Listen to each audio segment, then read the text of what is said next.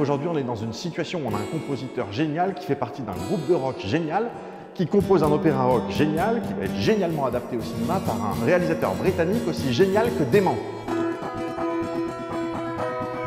Et Tommy se retrouve instantanément sourd, muet, aveugle. Boum, fin de l'acte 1. Et avec le début de l'acte 2, on a la chanson Amazing Journey, interprétée par Pete Townshend, qui décrit l'état actuel de Tommy. Et pour être tout à fait honnête, en ce qui concerne cette chanson, je préfère la version de l'album à la version du film. Les paroles y sont certes moins explicites, mais plus symboliques, et les images véhiculées, je trouve, sont plus fortes. Par exemple, les premières lignes de la chanson dans l'album, en 69, c'est « Petit garçon sourd, muet et aveugle, il vit désormais dans un monde de vibrations paisibles. Aussi étrange que cela paraisse, son rêve musical n'est pas si mal. »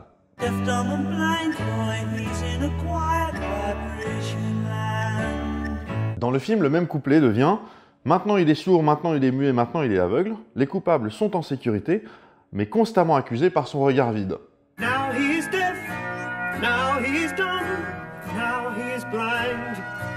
Plus explicite, moins symbolique. Et qu'est-ce qui se passe pendant cette chanson? Nora et Frank, que par simplicité je vais désormais appeler les parents de Tommy, essayent de lui faire vivre des sensations fortes pour essayer de le sortir justement de cette torpeur. Donc ils l'emmènent dans un parc d'attractions, ils font une grande roue, un manège avec des avions. Et ce qu'on voit à ce moment-là dans la tête de Tommy, c'est que lui se voit dans un avion aux côtés de son père. Puis Frank joue avec Tommy sur une borne d'arcade, un jeu vidéo consistant à battre des bombardiers en plein vol. Pas mal. Nora, évidemment, elle trouve ça absolument horrible, donc elle se barre. Donc Frank essaye de la rattraper en laissant Tommy exactement là où il est. Mais Tommy se met à dériver jusqu'à un miroir devant lequel il se fige. Un miroir rond. Miroir déformant dans lequel l'illusion nous laisse uniquement voir sa tête, mais en grand. Des métaphores pas subtiles, encore une fois, hein. Le film essaye pas de nous embrouiller, il essaye d'être vraiment le plus explicite possible, mais de façon symbolique et esthétique. On entre alors dans l'œil de Tommy et on voit ce que lui voit dans le miroir. Son père qui lui tend une lampe de lumière, une escadrille d'avions pointant vers le ciel abattus et transformés les uns après les autres en croix de bois ornées d'un coquelicot de papier, jusqu'à voir le père de Tommy en croix devant un avion. Il se transforme alors en un T majuscule surmonté d'une boule qui, lorsqu'elle s'ouvre, fait apparaître le visage de Tommy et son reflet. Bon, là, très clairement, ça ressemble à un trip un poil psychédélique, hein, le genre de truc qui choquait sans doute pas en 1975. Mais ça reste signifiant, et on va y venir. Toujours dans sa tête, Tommy danse, s'amuse de mille façons, et je suis désolé, mais là, il y a presque une faute dans le film, en fait. Alors, je sais ce qu'il a voulu dire, mais on est au début du film. Et donc, ça peut être mal compris. Parce que quand on regarde la scène comme ça, on peut croire que Tommy, en fait, il dansait réellement devant le miroir et qu'il s'est arrêté quand il a vu sa mère pour punir sa mère, en fait. Voilà. Mais c'est pas le cas. Tout ça, c'était vraiment dans sa tête. Et on aura l'occasion de s'en rendre compte par la suite, notamment quand il passera un petit peu de temps avec son cousin et son oncle. Dernier plan de cette chanson, un plan magnifique, où on comprend que Nora et Frank, eux, sont coincés dans cette situation. Hein. C'est ça que signifie ce jeu de miroir. Tandis que Tommy, lui, n'est pas coincé. C'est pour ça qu'il se tourne pour qu'on comprenne qu'il n'est pas coincé. Lui, il est enfermé. Ensuite, on a la séquence de Noël, et combien vous pariez que ça va parler de Jésus?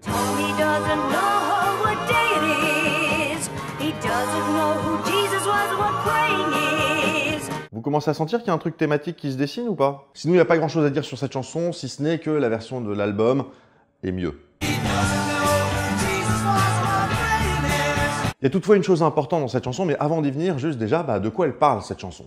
Eh bien, ça raconte qu'à Noël, les enfants sont excités comme des puces qui courent dans tous les sens en essayant de trouver où sont les cadeaux, alors que Tommy, lui, il fait rien, il reste sur place. Et comme le dit Nora, Tommy ne sait pas qui est Jésus, il ne sait pas ce que c'est que prier, et donc elle s'interroge sur l'âme de son fils. Elle se dit...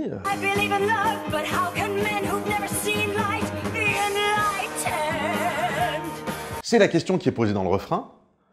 Comment peut-il être sauvé de sa tombe éternelle?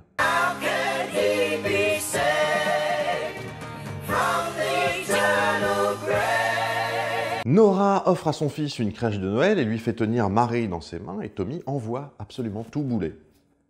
C'est net et précis, c'est pas subtil. Et donc il y a deux choses qui sont importantes au niveau de cette chanson. La première, c'est la section Tommy Can You Hear Me?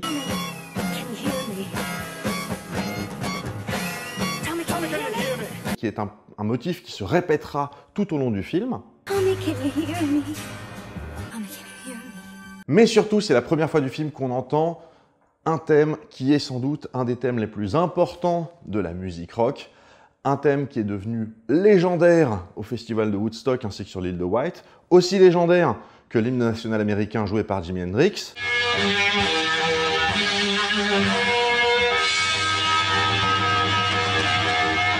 See me, feel me.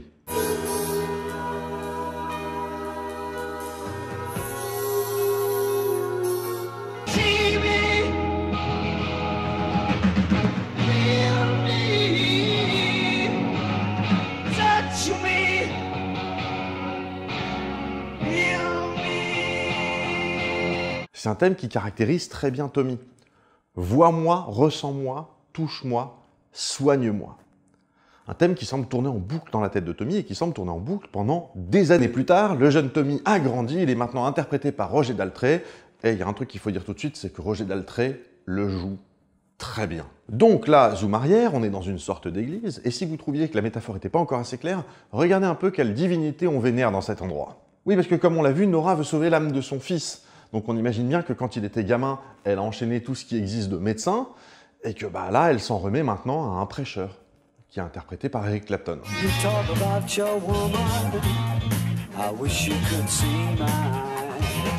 Notons que c'est la première scène dans laquelle on voit les 4 membres du groupe, les Who, hein, voilà. Donc c'est la première séquence avec les membres du groupe, et le film a commencé depuis 25 minutes. L'occasion encore une fois de noter que John Entwistle, le bassiste, a l'air blasé d'être là, tandis que Pete Townshend est à fond les ballons. Dans l'auditoire, il y a des malades, des handicapés, des paralysés, tous venus pour se faire soigner par leur idole, littéralement leur idole, Marilyn Monroe, issue de cette fameuse scène mythique de 7 ans de réflexion. Les croix de l'église sont ici remplacées par des étoiles à la manière de Hollywood Walk of Fame. On est pile sur le sujet de la vénération des stars et on commence à toucher du doigt les relations parasociales lorsque le prêcheur dit « Lorsqu'elle se met à parler, les sourds se mettent à entendre. Lorsqu'elle se met à se déhancher, les muets se mettent à parler. Lorsqu'elle se met à aimer, les aveugles se mettent à voir. »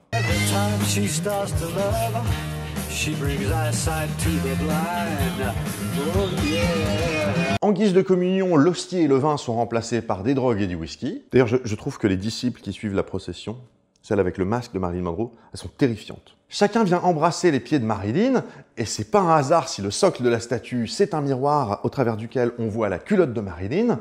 Ça touche au voyeurisme des fans, celui-là même qui fait que cette scène de 7 ans de réflexion est devenue mythique. Et le socle miroir, évidemment, il est rond, hein. On va y revenir. Une fois que tout le monde est passé, il ne reste plus qu'à Tommy y aller, donc Nora le force à s'agenouiller devant la statue pour qu'il aille embrasser les pieds, mais Tommy résiste et refuse, et en poussant la statue, il la fait tomber et elle se brise. Du fait qu'il est dans sa bulle, Tommy n'est pas sujet au même fanatisme que les autres. Hein. Il avait envoyé bouler la crèche de Noël, il envoie bouler Marilyn pareil. Marilyn qui, au moment du tournage du film, ça fait déjà 12 ans qu'elle est morte. Scène suivante, la tentative de Nora n'a pas fonctionné, donc c'est maintenant à Frank de s'y coller, et Frank se dit que peut-être que ce dont Tommy a besoin, c'est d'être déniaisé. Et donc il le colle dans les pattes d'une prostituée. Une prostituée qui est brillamment interprétée par Tina Turner. Elle l'emmène dans une chambre pour le droguer, ça c'est absolument certain. Coucher avec lui, c'est pas explicite. On va dire que oui, c'est beaucoup plus explicite dans l'album. Là, sur la scène, c'est pas très clair. Mais la drogue, oui, ça c'est net.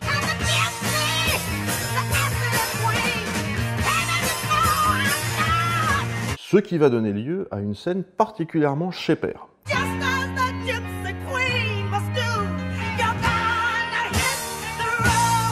Là, on va avoir droit à un trip vénère. Donc là, Tina Turner se transforme en vierge de fer dont les pics sont devenus des seringues prêtes à injecter de la drogue. Les 2 servantes cheloues qui sont là accompagnent Tommy dans cette vierge de fer, l'y enferment et injectent un liquide rouge partout dans son corps. Oui, c'est une scène chelou, là, j'en conviens. La vierge de fer se met à tourner dans la Tardis des enfers tandis que Tina Turner chante la réussite de sa mission.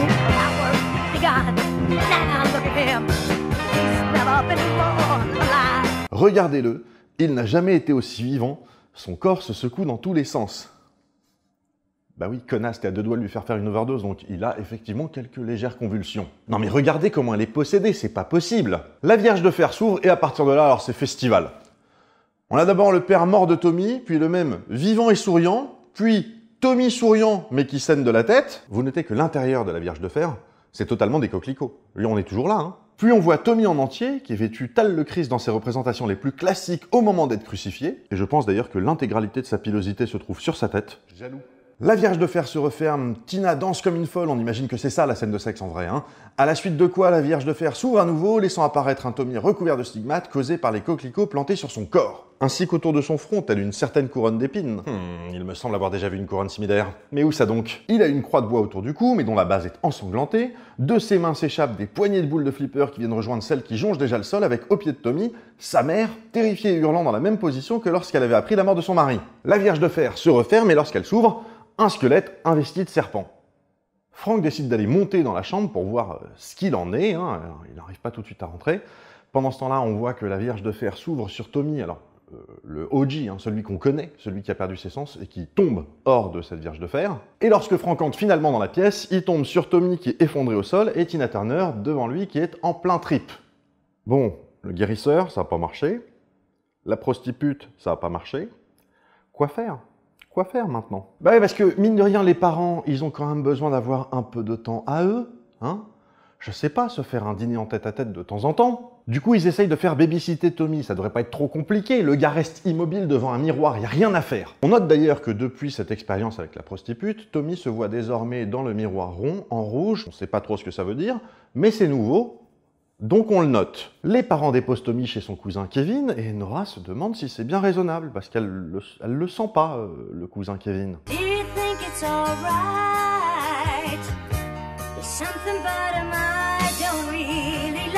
Frank répond « Ah, c'est bon, ça va ».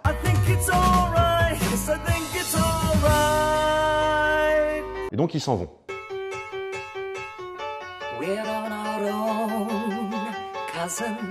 Alors, le cousin Kevin, comment dire? Bon, déjà l'acteur qui joue Kevin, c'est un gars qui s'appelle Paul Nicolas. Le gars a eu une petite carrière musicale, mais il aura surtout une vraie carrière dans les comédies musicales, cette fois-ci, en interprétant Danny dans Grease, ou en étant le Jésus original du casting original de Jésus-Christ Superstar.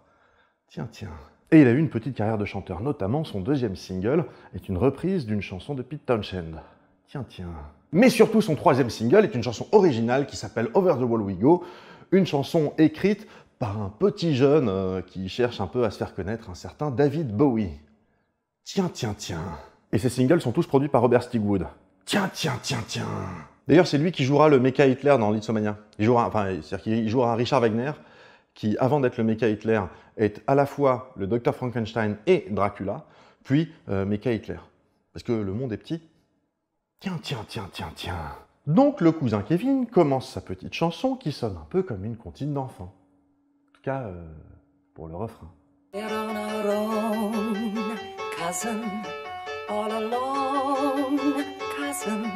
Oui, parce qu'après, ça va un peu changer de style.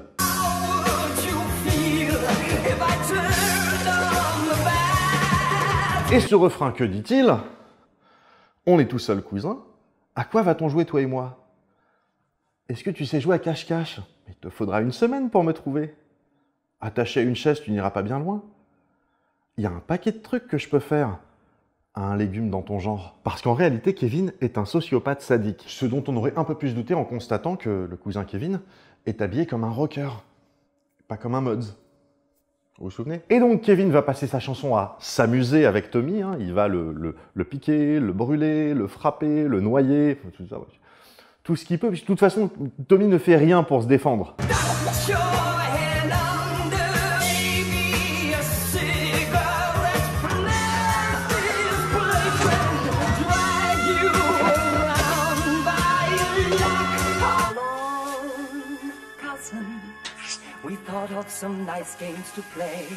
Et lorsque les parents reviennent, ils se sont apparemment rendus compte de rien, ils ont apporté un cadeau à Kevin. Cette fois-ci, face au miroir, Tommy se voit 2 fois, en rouge et en jaune désormais, les 2 fois avec une orbe dans les mains, même si je reconnais qu'en rouge ça se voit moyen. On imagine qu'il y a un peu de temps qui s'est passé, les parents de Tommy, ils ont envie de passer encore une soirée ensemble, donc ils décident de refaire babysitter Tommy, et cette fois-ci, ils l'emmènent chez son oncle Ernie, interprété subtilement par Keith Moon.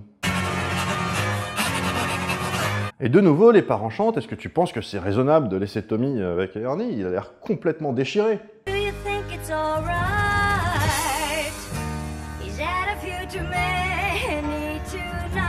Ah, c'est bon, t'inquiète, on y va.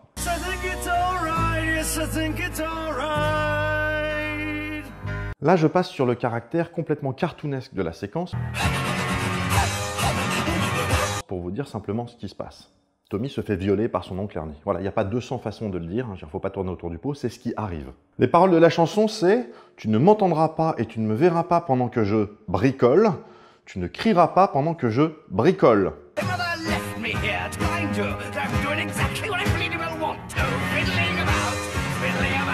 Alors le truc est éludé au maximum, mais c'est quand même la seule séquence du film dans laquelle on a un écran noir de plusieurs secondes durant lesquels on n'entend que des effets sonores.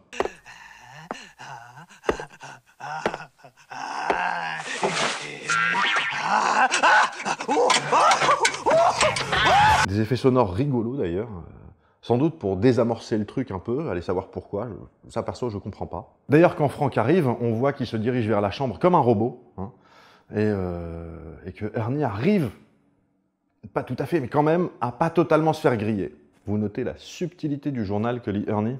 Alors on pourrait croire que la scène est homophobe et ce serait en vrai assez raccord avec Pete Townshend, parce que lui, qui est apparemment pour lui c'est un sujet très sensible, la pédocriminalité, donc le fait d'automatiquement l'associer à l'homosexualité, de fait c'est homophobe, sauf qu'en réalité je pense que la scène n'est pas homophobe. Alors, je suis absolument pas sûr de mon coup sur ce coup-là, parce que c'est vraiment pas clair. Notamment, je ne sais pas précisément ce que recouvre, quelle est la signification du mot « gay » en Angleterre en 1975. Ce qui est clair en revanche, c'est que Ken Russell, au cours de sa carrière, il a souvent parlé plus ou moins directement d'homosexualité. Il ne l'a jamais présenté ni comme une déviance, ni comme une perversion, ni quoi d'autre, mais comme un fait de société qui existe, que les puritains font semblant de ne pas voir, et qui est dénoncé par les institutions religieuses que Ken Russell n'aime pas. Voilà, donc comme je le dis, c'est pas clair. Ce qui est clair en revanche, c'est que là, Kiss Moon, il était vraiment surpris. Putain, mais matez ce regard, bordel. Bon, ce coup-ci, je pense que les parents ont bien compris, le babysitting, c'est fini, donc désormais, les dîners en tête-à-tête, ce sera des dîners en tête-à-tête devant la télé.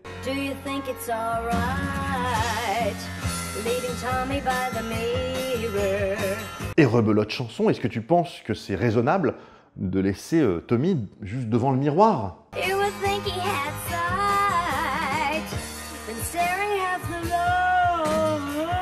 Ah, c'est bon, t'inquiète.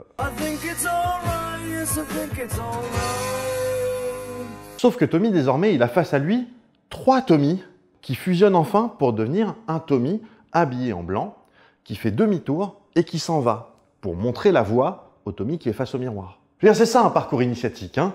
C'est être confronté à des épreuves qui vous affaiblissent, mais qui dans le même temps vous permettent de vous transformer. Là, Tommy, il n'a pas encore effectué sa transformation complètement, mais il est déjà à une phase où il va pouvoir commencer à s'exprimer artistiquement, au moins symboliquement. Et donc Tommy, le vrai Tommy, suit la voie qui a été tracée par le Tommy dans le reflet, le Tommy blanc.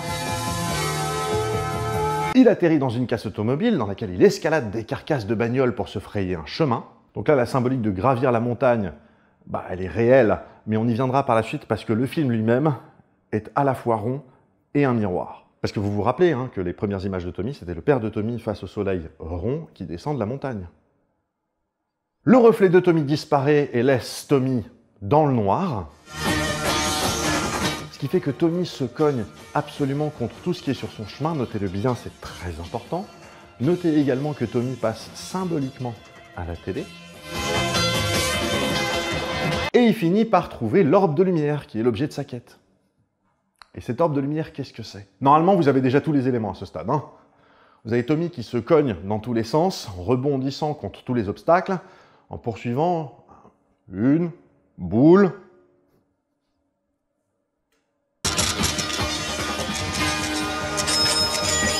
Un flipper. Tommy a trouvé un flipper. Ok, mais juste, c'était quoi l'histoire de passer à la télé? Ok, alors ça, c'est un truc qu'on verra par la suite, mais l'idée, en fait, c'est de casser le mythe de la célébrité. Le mythe de peu importe un peu les problèmes qu'on a, etc., si on devient célèbre, en fait, tout se résout. Ça va commencer à toucher les relations parasociales à ce moment-là, en réalité.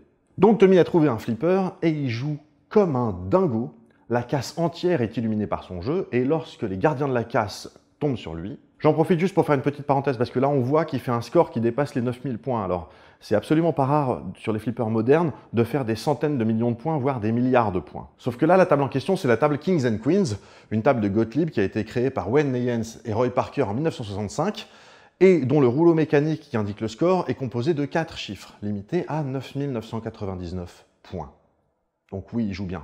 Oui, Tommy est excellent au flipper, il y a une raison à ça, mais on va pas l'expliquer tout de suite parce que ça va justement être l'objet de la chanson qui suit. C'est désormais le matin, les secours et la police sont là, les parents de Tommy ont été prévenus, et il y a quelqu'un qui emmène Frank voir le flipper, et quand Frank voit le score sur le flipper, il se dit « Hey, mais Tommy joue très très bien au flipper !»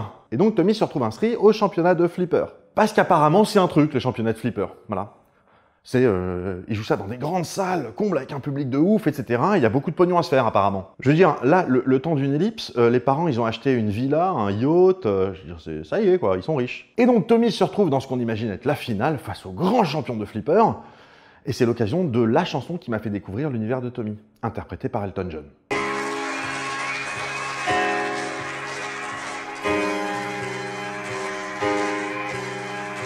Et cette chanson, c'est Pinball Wizard. Et j'adore cette chanson.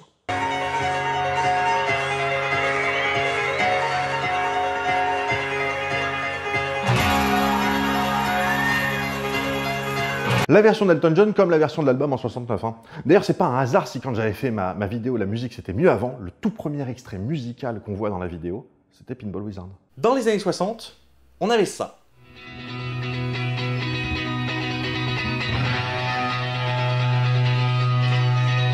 Et le look d'Elton John est exceptionnel. Et alors pour ceux qui s'intéressent au sujet, la table sur laquelle joue Elton John, c'est Cowpoke, une table également de Gottlieb, également créée par Ney N.C. Parker, également en 65, mais qui a été modifiée pour le film pour que Elton John ne joue pas avec les boutons latéraux, mais avec un clavier de piano. Mais c'est juste pour le film, hein. Elle n'existe pas cette table en vrai. Le duel commence entre le champion, le champ, interprété par Elton John, et Tommy, le sorcier du flipper, le Pinball Wizard. D'ailleurs, une petite parenthèse sur l'impact que ce film a eu sur l'univers du flipper.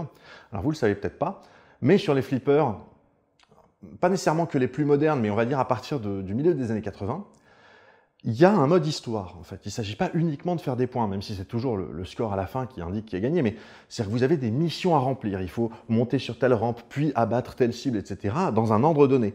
Et quand vous avez exécuté toutes ces missions, votre achievement, c'est que vous obtenez ce qu'on appelle le mode Wizard, qui en général se traduit par un multi-ball où il est impossible de perdre pendant un temps donné, où vous avez des bonus de points, etc. Et bien cette appellation de Wizard, elle vient de Tommy. Culturellement, quand vous obtenez le mode Wizard, ça signifie vous êtes aussi bon que Tommy. Et alors que raconte Elton John dans cette chanson? Il dit que le gamin qui est en face de lui, il joue comme un magicien. Que du fait qu'il est sourd-muet et aveugle, il se laisse pas distraire par les sons et lumières qui émanent de la table, il commet jamais la moindre erreur, et en fait il fait corps avec la table.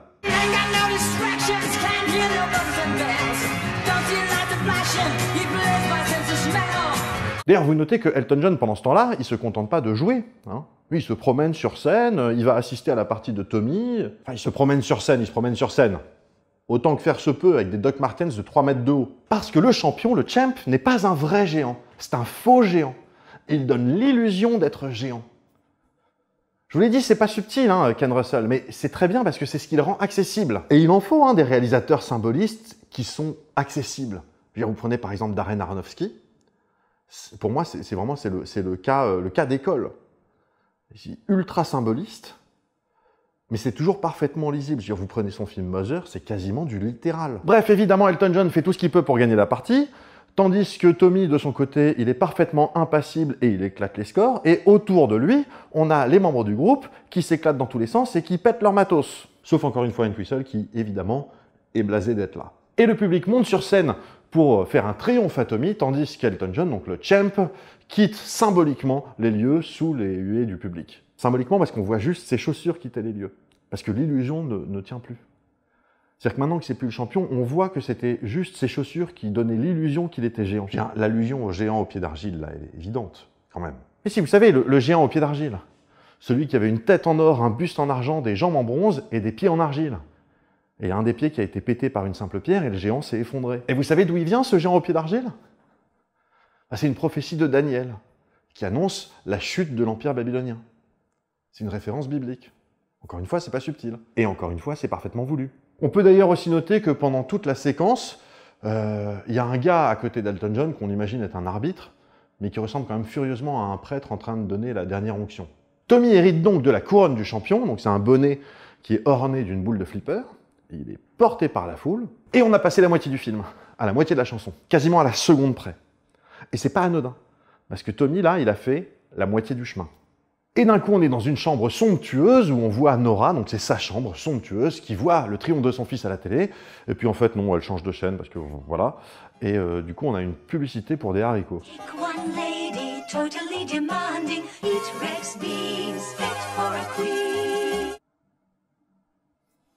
Bon alors, petite parenthèse, parce qu'il faut que j'explique, là, il y a une histoire derrière ces haricots. En 1964, les Beatles sortent leur 4e album studio qui s'appelle Beatles for Sale. Littéralement les Beatles à vendre, comme une petite annonce. Ce qui donne à Pete Townshend l'idée d'un concept album qui sortira en 1967 sous le nom de Who Sell Out, littéralement les Who sont des vendus. Et alors c'est quoi le concept derrière cet album? Eh bien cet album c'est une fausse émission de radio qui s'articule autour donc des chansons de l'album, mais avec également des jingles et des fausses pubs. Et la couverture elle-même de cet album, couverture magnifique d'ailleurs, ce sont 4 fausses pubs interprétées par les 4 membres du groupe. Pour Pete Townshend, il s'agit d'une publicité pour un déodorant géant qui s'appelle Odorono et qui, selon le slogan, est utilisé par 9 rockers sur 10 et transforme votre transpiration en inspiration. Pour John Henry Sale, il s'agit d'un programme de musculation de Charles Atlas, qui est un vrai culturiste qui a vraiment existé.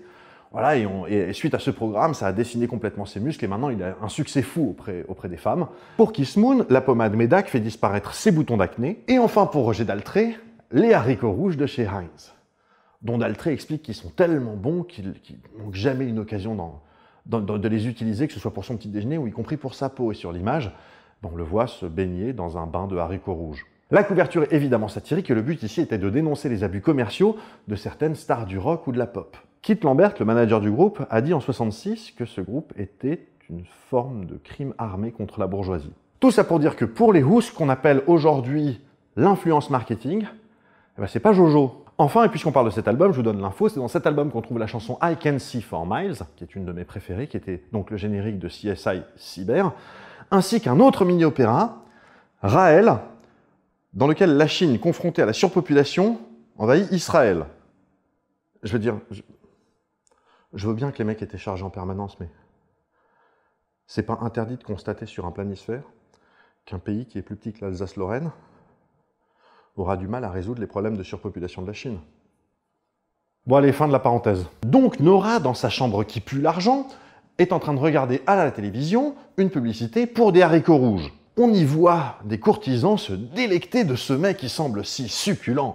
C'est juste des faillots. C'est nourrissant, ça fait péter, mais enfin c'est tout, quoi. Calmez-vous. Et là encore, le message n'est pas subtil. La publicité crée l'illusion du glamour sur un produit qui ne l'est pas. Et les paroles de la chanson de Nora sont terribles.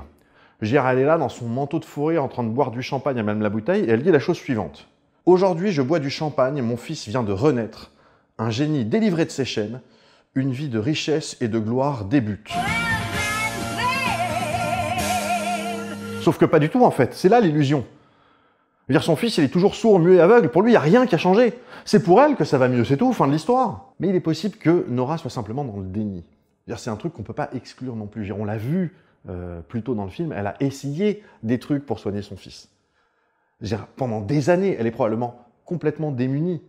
Donc le déni, c'est pas hors de propos. Elle continue de faire sa liste, hein, du caviar au petit déjeuner, des yachts, des domestiques, des voitures, bref, que du matériel, sauf que pendant ce temps-là, à la télé...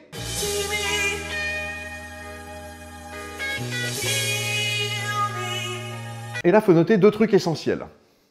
Déjà d'une, c'est la première fois qu'on entend le thème Simi Filmi chanté par Roger Daltrey lui-même. Et deuxièmement, là, c'est pas dans la tête de Tommy. Là, c'est Nora qui entend de façon interne les prières de son fils. Parce que Nora, justement, elle est en train de lutter contre ce déni. Alors elle change de chaîne, puis d'un coup là, on a une course de chevaux, avec encore une fois des aristos qui regardent là, et boum, ça revient sur Tommy. Nora change à nouveau de chaîne, on se rend compte que la course de chevaux, en fait, c'était une pub pour du chocolat qui s'appelle Black Beauty, un chocolat qui est estampillé Thoroughbredly, c'est-à-dire littéralement pur sang. Encore une fois, l'illusion qui est apportée par la pub, mais qui tient pas, parce qu'on voit que derrière le chocolat et la coupe de champagne, il y a des tickets de PMU. Bref, Nora continue de changer de chaîne, pour que son fils disparaisse, mais à chaque fois, il reparaît. L'alcool ne suffit pas à la faire oublier. Il y a le deuxième couplet qui arrive où là, c'est pareil, on achète des trucs, on est riche, on a besoin de rien. Sauf que cette fois-ci, elle est forcée d'admettre when my son is blind. He can't hear the music nor enjoy what I'm buying. À quoi tout cela peut-il bien servir alors que son fils est sourd-muet et aveugle et ne peut profiter de rien? Et là, elle va briser un tabou. Elle va dire un truc qu'il est absolument interdit de dire, qui est un vrai tabou pour les parents, mais qui est sans doute une réalité pour plein de parents. Et comme je vous l'ai déjà dit, Pete Townshend, il s'interdit pas de sujet de société. Elle dit que le vide de la vie de son fils dérange sa propre vie. His life is worthless, affecting mine. I pay any price to drive it right. Et je pense qu'un sentiment égoïste que peuvent vivre des parents qui sont dépassés par la situation de leurs enfants, c'est un vrai tabou de la société. Tommy relance son simi-filmi, et là on est d'accord que c'est vraiment dans sa tête à elle, c'est elle qui entend ça, parce qu'elle a sa propre lutte interne, parce qu'elle-même également est sur son chemin de la transformation.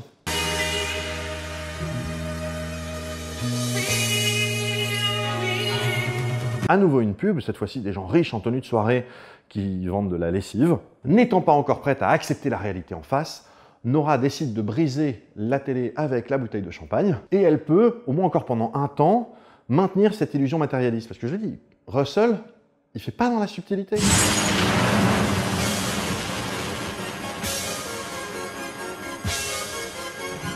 Russell, il fait pas dans la subtilité.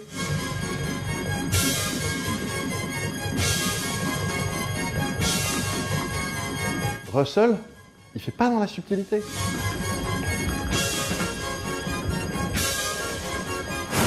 Elle se retrouve successivement couverte de lessive, puis de haricots rouges, et enfin de chocolat. Elle se caresse le corps, on imagine qu'elle jouit littéralement de toutes ses richesses, en arrivant à occulter, au moins pour un temps, l'histoire de son fils. Elle finit par attraper des fleurs blanches et s'allonger au sol, ce qui n'est pas, c'est mon interprétation perso, sans rappeler les représentations de la mort d'Ophélie, mais j'imagine que chacun voit ce qu'il a envie de voir. Lorsque Frank arrive, en train de boire lui aussi, mais du whisky ce coup-ci, il tombe sur sa femme qui est en train de gesticuler au sol devant la télé cassée par une bouteille de champagne.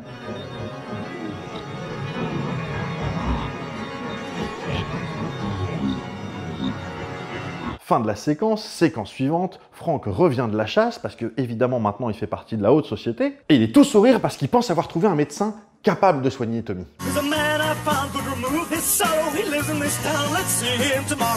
Et ils doivent aller le voir le lendemain. Ils ont rendez-vous.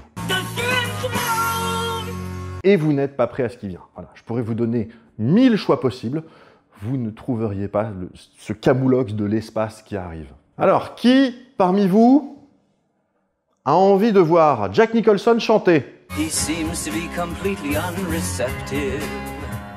The tests I gave him showed no sense at all. Jack Nicholson interprète ici le docteur, un neurologue qui va faire subir à Tommy tout un tas de tests neurologiques pour essayer de découvrir l'origine de ses symptômes. His eyes react to light, the dial's detected. He hears but cannot answer to your call.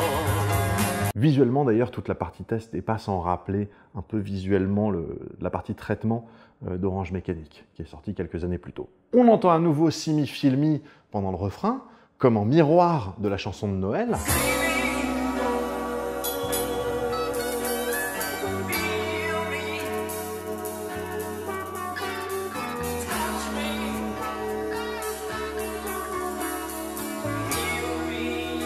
Le médecin, lui, qu'est-ce qu'il constate? Il constate que les yeux, les oreilles et les cordes vocales de Tommy fonctionnent correctement. Que chaque fois qu'il a essayé de les stimuler, il y a eu une réponse. Et qu'il n'y a aucune machine qui arrivera à le faire sortir de sa torpeur.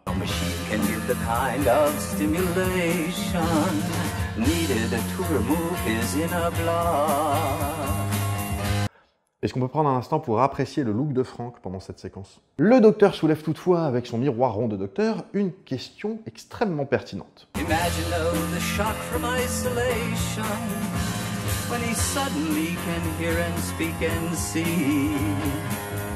Dans la version de l'album de 1969, les parents de Tommy ainsi que le docteur encouragent Tommy à se diriger vers le miroir. Ils lui disent « Go to the mirror, boy ». Go to the mirror, c'est littéralement le nom de la chanson.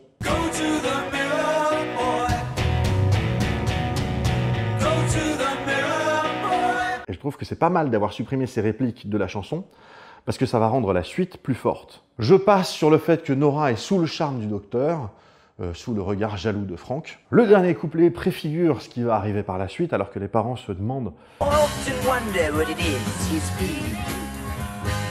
Has he ever heard a word I said? se demandent bien ce qui peut se passer dans la tête de leur fils. Look at him now, in the mirror dreaming. What is happening in his head? Et là encore, on a une coupe qui est faite dans la version du film par rapport à la version de l'album. Dans la version de l'album, on entendait à ce moment-là tout le thème « Listening to You », qui est le thème final de l'opéra rock.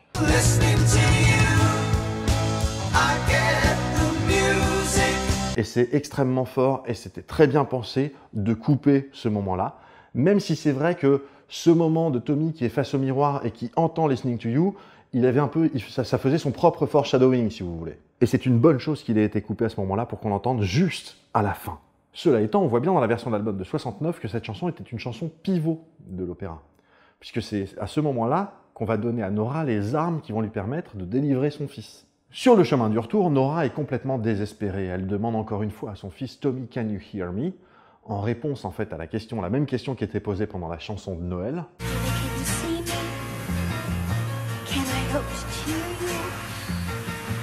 Tommy, can you hear me? Can you feel me near you? Et on dit bonjour à l'équipe de tournage qui est bien visible dans la boule de flipper pommeau de la canne de Tommy. De retour chez eux, Nora, là, elle explose de colère. Elle en a ras le cul de voir Tommy se regarder dans son miroir en permanence.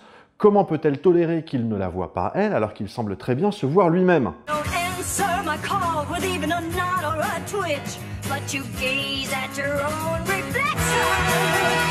You don't seem to see me, but I think you can see yourself. How can the mirror affect you? De colère, elle le projette contre le miroir qui se brise et Tommy traverse le miroir. You hear my fear, boy? Do I smash the mirror? Ce faisant, elle brise la cage dans laquelle Tommy était enfermé et elle brise l'illusion qui le retenait depuis son enfance. En substance, elle brise le sort qui lui avait été jeté. Tu n'as rien vu, tu n'as rien entendu, tu ne diras rien à personne. En lui disant en somme l'exact inverse, elle lui dit « Vois-moi, entends-moi, parle-moi ». Et Tommy est libéré de sa prison alors qu'on entend les premières notes de la chanson « I'm free », je suis libre.